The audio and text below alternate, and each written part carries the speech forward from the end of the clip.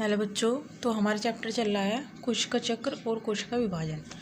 तो उस चैप्टर में मैंने आपको 4-5 लेक्चर करा दिए हैं, जिसमें पूर्वावस्था पढ़ी हमने, मध्यावस्था पढ़ी, पश्चावस्था पढ़ी और अंत्यावस्था पढ़ी। सूत्री विभाजन हमारा चल रहा था। सूत्री विभाजन में कोशिका विभाजन कैसे होता है ये मैंने आपको पढ़ाया। उसमें मैंने आपको G1 अवस्था पढ़ाई, GS अवस्था पढ़ाई, G2 अवस्था पढ़ाई यानी कि अंतरावस्था पढ़ाई। उसके बाद हम M अवस्था पढ़ी। उसके बाद M अवस्था के बाद हमने पढ़ा कि केंद्रक विभाजन कैसे होता है। तो केंद्रक विभाजन में हमने 4 अवस्थाएं पढ़ी: पूर्वावस्था, मध्यावस्था, पश्चावस्था और अंत्यावस्था। तो यहाँ तक मैंने आपको चीज़ें कवर करा दी हैं। अब हम बात करते हैं यानी कि कोशिका द्रव्य विभाजन कैसे होता है। तो कोशिका द्रव्य विभाजन की अगर हम बात करें, कोशिका द्रव्य विभाजन की आज हम बात करेंगे। कोशिका द्रव्य विभाजन जो होता है, जिसे हम बोलते हैं साइटोकाइनेसिस, इंग्लिश में क्या बोलते हैं, साइटोकाइनेसिस। जो कोशिका द्रव्य विभाजन होगा वो जंतु कोशिका में भी होगा और पादप कोशिका में भी होगा। तो कैसे कैसे जंतु कोशिका में होगा और कैसे पादप कोशिका में होगा, तो दोनों के बारे में हम पढ़ेंगे। कोशिका द्रव्य विभाजन कैसे कैसे जंतु कोशिका में होगा और कैसे पादप कोशिका में होगा। तो ठीक है, आज क्या हम पढ़ेंगे, कोशिका द्रव्य विभाजन। कोशिका द्रव्य विभाजन यानी कि जिसे हम बोलते हैं साइटोकाइनेसिस, इसे क्या बोलते हैं हम, साइटोकाइनेसिस। तो ये साइटोकाइनेसिस जो होगा ये जंतु कोशिका में भी होगा, यानी कि कोशिका द्रव्य विभाजन जंतु कोशिका में भी होता है और पादप कोशिका में भी होगा। तो दोनों कोशिकाओं में क्या होता है, साइटोकाइनेसिस होता है। तो सबसे पहले बात करते हैं जंतु कोशिका में। तो जंतु कोशिका की अगर हम बात करें तो जंतु कोशिका में जो कोशिका द्रव्य विभाजन होगा तो वो किस विधि द्वारा होगा, यानी कि उस विधि का नाम क्या है। तो अगर हम बात करें जंतु कोशिका की, तो जंतु कोशिका में जो कोशिका द्रव्य विभाजन होगा उस विधि का नाम क्या है, कोशिका खाज विधि। तो कोशिका खाज विधि द्वारा क्या होता है, जंतु कोशिका में कोशिका द्रव्य विभाजन होता है, जिसका नाम क्या है, कोशिका खाज विधि।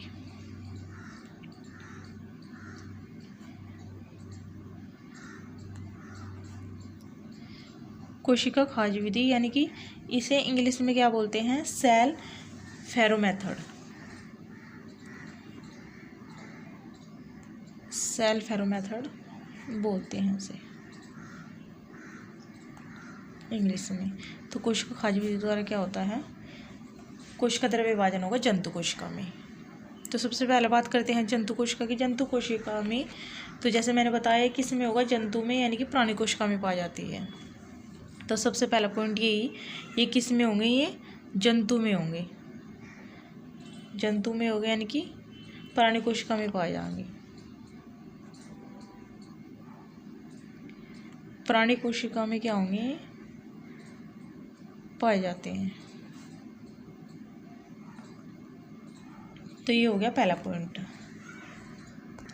तो अगर हम बात करें जंतु कोशिका में कोशिका खाज विधि द्वारा कैसे कोशिका द्रव्य विभाजन होगा, तो अगर हम बात करें कोशिका की, जैसे मान लो ये एक कोशिका है, इसमें केंद्रक पाया जाएगा और ये कोशिका जो कोशिका होगी तो उसमें क्या होता है, केंद्रक होगा, अंदर कोशिकांग होंगे, लेकिन बाहर क्या होगी, इसमें यहाँ पर क्या मिलेगी, कोशिका झिल्ली मिलती है। बाहर की साइड क्या मिलती है, कोशिका झिल्ली मिलती है, जिसे हम प्लाज्मा मेम्ब्रेन भी बोलते हैं, यानी कि प्लाज्मा झिल्ली बोलते हैं।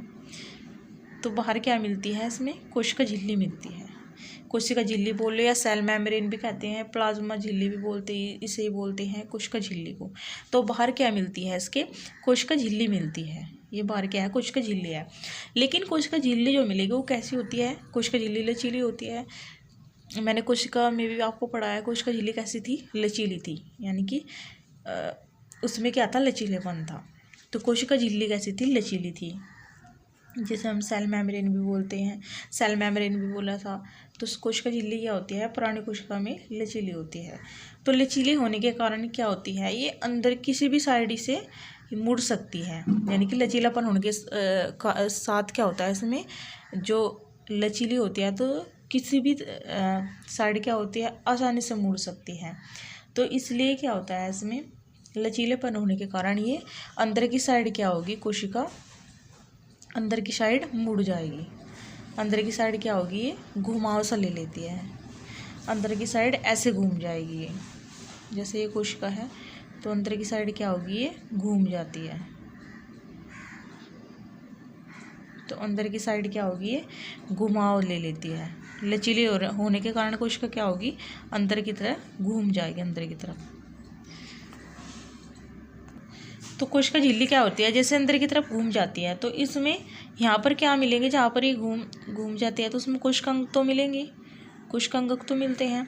तो जैसे ये घूम जाती है अंदर की साइड तो यहाँ पर इस साइड से भी घूम जाएगी ऐसे, और इस साइड से भी ये घुमाव सा बना लेती है। यानी कि जैसे ही एक साइड पे क्या होगी, ये मिल जाएंगे आगे। तो यहाँ पर क्या मिलेंगे, यहाँ पर सूक्ष्म नलिका और सूक्ष्म तंतु मिलते हैं। यहाँ पर क्या मिलते हैं, सूक्ष्म नलिका और सूक्ष्म तंतु। यहाँ पर क्या मिलेंगे, सूक्ष्म नलिका और सूक्ष्म तंतु मिलेंगे।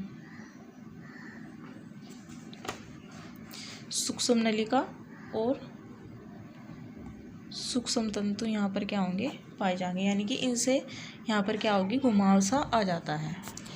तो जैसे सूक्ष्म नलिका और सूक्ष्म तंतु यहाँ पर इकट्ठा होंगे तो ये क्या करेंगे, एक वलय बना लेंगे, एक वलय बना लेंगे। यानी कि एक संकुचनशील क्या बना लेंगे, वलय बना लेंगे, एक रिंग बना लेंगे, जो सूक्ष्म नलिका और सूक्ष्म तंतु यहाँ पर मिलेंगे। तो सूक्ष्म नलिका और सूक्ष्म तंतु यहाँ पर मिलेंगे तो ये क्या बनाएंगे, एक वलय बना लेंगे जिसे हमने बोला संकुचनशील वलय। यानी कि क्या करेगी, ये जो वलय होगी ये क्या करेगी, संकुचन करेगी। तो जैसे ही संकुचन करेगी तो इसके साथ, जैसे संकुचन करेगी वलय, इसके साथ क्या आएगी, प्लाज्मा झिल्ली आएगी। संकुचन जैसे ही होगा इसमें तो अपने साथ क्या लेकर आएगी, प्लाज्मा झिल्ली भी लेकर आएगी। तो जैसे ही इसमें वलय में क्या होगा, संकुचन होगा तो यहाँ पर क्या होगी, ये प्लाज्मा झिल्ली भी अपने साथ लेकर आएगी। तो प्लाज्मा झिल्ली अपने साथ लेकर आएगी तो क्या होगा, जैसे संकुचन होगा तो प्लाज्मा झिल्ली भी इसमें अलग होती जाएगी। तो जैसे अलग अलग होगी प्लाज्मा झिल्ली के साथ साथ, तो प्लाज्मा झिल्ली क्या होगी, एक समय ऐसा आएगा जब क्या हो जाती है, अलग हो जाती है।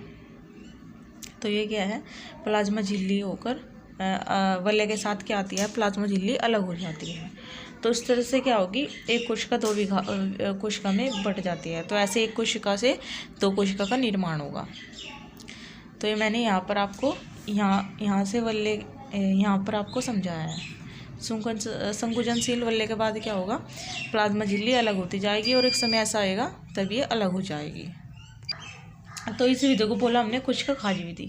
तो जो कोशिका खाज विधि होगी वो किस साइड से होगी, कोशिका खाज विधि यानी कि ये कैसे हो रही है, परिधि से अंदर की साइड हो रही है, यानी कि परिधि से केंद्र की ओर होती जा रही है। तो इससे बोलेंगे हम कि जो कोशिका खाज विधि होगी वो कैसी होगी, परिधि से केंद्र की ओर होगी। तो कोशिका खाज विधि किस साइड कैसे होती है, परिधि से केंद्र की ओर। कैसी होगी ये, परिधि से केंद्र की ओर होगी, परिधि से केंद्र की ओर होती है कोशिका खाज विधि। अब बात करते हैं हम जंतु कोशिका में कैसे होगी, यानी कि पादप कोशिका में कैसे होगी। ये आपको अच्छे से समझ में आ गई होगी कि जंतु कोशिका में कोशिका खाज विधि द्वारा कैसे कोशिका द्रव्य विभाजन होता है। तो एक बार मैं और आपको अच्छे से समझा देती हूँ। जैसे मैंने बताया कोशिका झिल्ली होगी, कोशिका के बाहर क्या मिलते हैं, कोशिका झिल्ली मिलती है। कोशिका झिल्ली क्या करेंगे, अंदर की तरफ घूम जाएगी क्योंकि लचीला होने के कारण। और इसमें क्या मिलेंगे, बीच में सूक्ष्म नलिका और सूक्ष्म तंतु क्या हो जाएंगे, इकट्ठा हो जाएंगे यहाँ पर, जो एक वलय का निर्माण करेंगे। और वलय में क्या होगा, संकुचन होगा। जैसे इसमें वलय में संकुचन होगा तो क्या होगा, संकुचन जैसे ही होगा तो ये संकुचन के साथ साथ जैसे सिकुड़ेगी तो ये क्या लेकर आएगी, प्लाज्मा झिल्ली भी अपने साथ लेकर आएगी। जैसे ही प्लाज्मा झिल्ली लेकर आएगी तो एक थोड़े थोड़े समय में क्या होगी, एक समय ऐसा आएगा तब ये प्लाज्मा झिल्ली अलग हो जाती है। तो ऐसे ही कोशिका, एक कोशिका से दो कोशिका बन जाती है। तो ये हमारी कोशिका खाज विधि कंप्लीट हुई यहाँ पर। अब हम बात करेंगे पादप कोशिका की। अब हम बात करेंगे पादप कोशिका की। जो पादप कोशिका में कोशिका द्रव्य विभाजन होगा वो किस विधि द्वारा होता है, कोशिका प्लेट विधि द्वारा। उसका नाम क्या है विधि का, कोशिका प्लेट विधि। तो कोशिका प्लेट विधि द्वारा क्या होगा, उसमें कोशिका द्रव्य विभाजन होगा, जिसका नाम है जिसे हम इंग्लिश में बोलते हैं सेल प्लेट मेथड। इंग्लिश में क्या बोलेंगे, sale method, sorry sale plate method, sale plate method बोलेंगे इंग्लिश में। अगर हम बात करें पादप कोशिका में, तो पादप कोशिका में यहाँ पर क्या मिलेगी, कोशिका झिल्ली मिलेगी, और कोशिका झिल्ली के बाहर क्या मिलता है, कोशिका भित्ति मिलती है। यहाँ पर क्या मिलेगी, कोशिका भित्ति मिलेगी। कोशिका भित्ति क्या होती है, हार्ड होती है, यानी कैसी होती है, कोशिका भित्ति हार्ड होगी। कोशिका भित्ति कैसी होती है, हार्ड होती है। हार्ड होने के कारण क्या होता है, इसमें अंदर क्या मिलेगी, इसमें कोशिका झिल्ली मिलेगी और बाहर क्या मिलेगी, कोशिका भित्ति मिलेगी। तो ये क्या होगी, हार्ड होती है, इसलिए क्या होगा, इसमें ये लचीली नहीं होती, इसलिए इसमें क्या होगी, ये अंदर की तरफ नहीं घूम सकती, यानी कि अंदर की तरफ क्या होगी, इसमें घुमाव नहीं आने का, अंदर की तरफ घुमाव नहीं आने का। तो उसमें क्या होगा, इसमें कुछ फ्रैगमोप्लास्ट मिलते हैं बीच में। तो क्या मिलेंगे, इसमें फ्रैगमोप्लास्ट मिलेंगे। तो उसमें क्या मिलेंगे, जैसे यहाँ पर केंद्रक मिलेंगे और बीच में यहाँ पर क्या मिलेंगे, फ्रैगमोप्लास्ट मिलेंगे। और अगर हम बात करें फ्रैगमोप्लास्ट क्या होता है, यानी कि जो फ्रैगमोप्लास्ट होगा, यानी कि उसमें जैसे गोल्जिगाई जिसे हम बोलते हैं डिक्टोसोम, उसके बाद इसमें अंतर्द्रव्य जालिका यानी कि एंडोप्लाज्मिक रेटिकुलम और सूक्ष्म नलिका, ये तीनों मिलकर, इन्हें हम क्या बोलेंगे, जो तीनों ये इकट्ठा होंगी, इसे क्या बोलेंगे, है फ्रैगमोप्लास्ट। तो इन तीनों को मिलाकर हम क्या बोलते हैं, जहाँ पर ये तीनों मिलेंगे उसे क्या बोलते हैं, उसका नाम क्या है, फ्रैगमोप्लास्ट। तो यहाँ पर ये तीनों चीज़ इकट्ठा होती है यहाँ पर बीच में, जिसे हमने बोला फ्रैगमोप्लास्ट। तो हम कह सकते हैं कि यहाँ पर क्या मिलेगा, फ्रैगमोप्लास्ट। तो फ्रैगमोप्लास्ट क्या होगा, केंद्र से बाहर की तरफ क्या होगा, फैल जाएगा। तो ऐसे क्या हो जाएगी, इसमें केंद्र से बाहर की तरफ फैलता चल जाएगा और यहाँ पर क्या मिल जाएगी, एक प्लेट बन जाएगी। इसे क्या बोलेंगे, कोशिका प्लेट। तो फ्रैगमोप्लास्ट यहाँ पर इकट्ठा हो जाएंगे और बाहर की तरफ क्या होंगे, एक प्लेट बना लेंगे, तो इसे बोलेंगे हम कोशिका प्लेट। और ये फ्रैगमोप्लास्ट क्या होती हैं, ये फ्रैगमोप्लास्ट, तो ये फ्रैगमोप्लास्ट क्या होंगे, जैसे ही प्लेट बन जाएगी बीच में, तो ये यानी कि प्लेट जैसे बनेगी, तो आधे कोशिका में इधर जाने लगते हैं और आधे कोशिका में इधर जाने लगेंगे। तो जैसे फ्रैगमोप्लास्ट आधे इधर जाने लगेंगे और आधे इधर जाने लगेंगे, तो बीच में क्या छोड़ कर जाएंगे, बीच में कुछ स्त्राव करके जाते हैं, जैसे कैल्शियम, मैग्नीशियम और पैक्टेट, दोनों का क्या करके जाएंगे, स्त्राव करके जाएंगे। और यहाँ पर क्या होंगे, कोशिकांगक होंगे, जैसे गोल्जिकाई, राइबोसोम, अंतर्द्रव्य जालिका। ये समझाने के लिए है बस, सिर्फ यहाँ पर ये पेन ख़त्म हो गया था मेरा, इसलिए मैंने यहाँ पर स्केच का यूज़ किया है। तो यहाँ पर क्या होंगे, कोशिकांग बन जाएंगे, कोशिकांग इधर भी होंगे और इधर भी कोशिकांगक होंगे। तो बीच में क्या होगा, कैल्शियम, पैक्टेट और मैग्नीशियम होगा बीच में। जो कोशिका जो फ्रैगमोप्लास्ट था वो क्या था, आधा इधर चला जाएगा कोशिका में, आधा इधर चला जाएगा। इसमें इधर कोशिकांगक होंगे और इधर कोशिकांग होंगे। और इसे क्या बोलेंगे हम, बीच में जो ये होगी उसे बोलते हैं मध्य पटलिका, यानी कि मिडिल लैमेला। इसे क्या बोलेंगे, मध्य पटलिका। इसका नाम क्या होगा, मध्य पटलिका, यानी कि मिडिल लैमेला।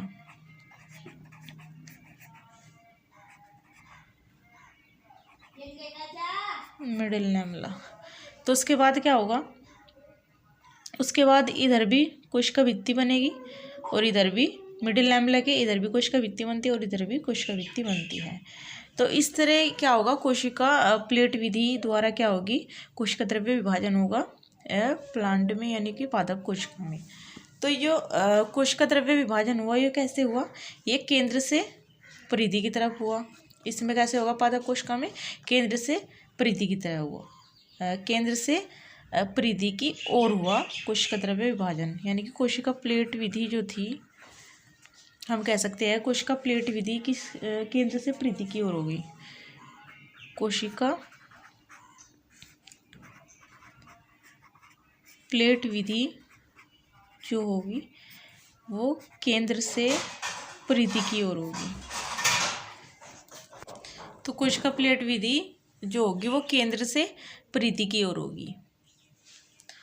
तो ये समझ में आया होगा आपको। फ्रेगमोप्लास्ट क्या होगा? फ्रेगमोप्लास्ट जिसमें गोल्जिकाय भी होगा, अंतद्रव्य जालिका और सूक्ष्म नलिका होगी। तो इन तीनों से मिलकर बना होता है, जिसे बोलते हैं फ्रेगमोप्लास्ट। तो फ्रेगमोप्लास्ट क्या होगा?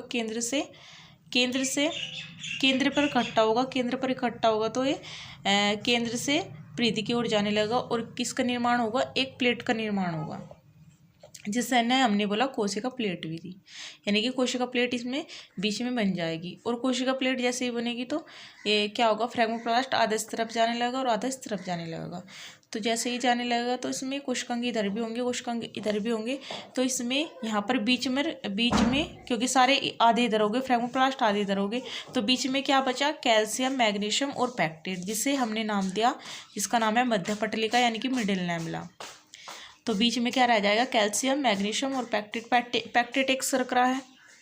और उसके बाद क्या होगा? इसमें किनारों पर क्या होगी? कोशिका भित्ति बननी स्टार्ट होगी। जैसे कोशिका भित्ति बनेगी तो एक कोशिका से क्या होगा? दो कोशिका बननी स्टार्ट हो जाएगी। तो ऐसे होता है पादप कोशिका में कोशिका प्लेट विधि द्वारा कोशिका द्रव्य विभाजन, है जिसे हमने बोला साइटोकाइनेसिस। तो ये था कोशिका प्लेट विधि द्वारा। तो कैसे होगा? केंद्र से परिधि की ओर होगा। कोशिका प्लेट विधि कैसी होगी? केंद्र से परिधि की ओर होती है। और जो जंतु कोशिका होगी वो कैसी होती है? वो परिधि से केंद्र की ओर होती है। तो ये डिफरेंस आपको समझ में आया होगा। तो आई होप कि आपको मेरा लेक्चर अच्छा लगा होगा। तो लाइक कर देना बच्चों और सब्सक्राइब कर लेना। तो ठीक है बच्चों, आज का सेशन मैं यहीं पर एंड करती हूँ। आप सभी का धन्यवाद।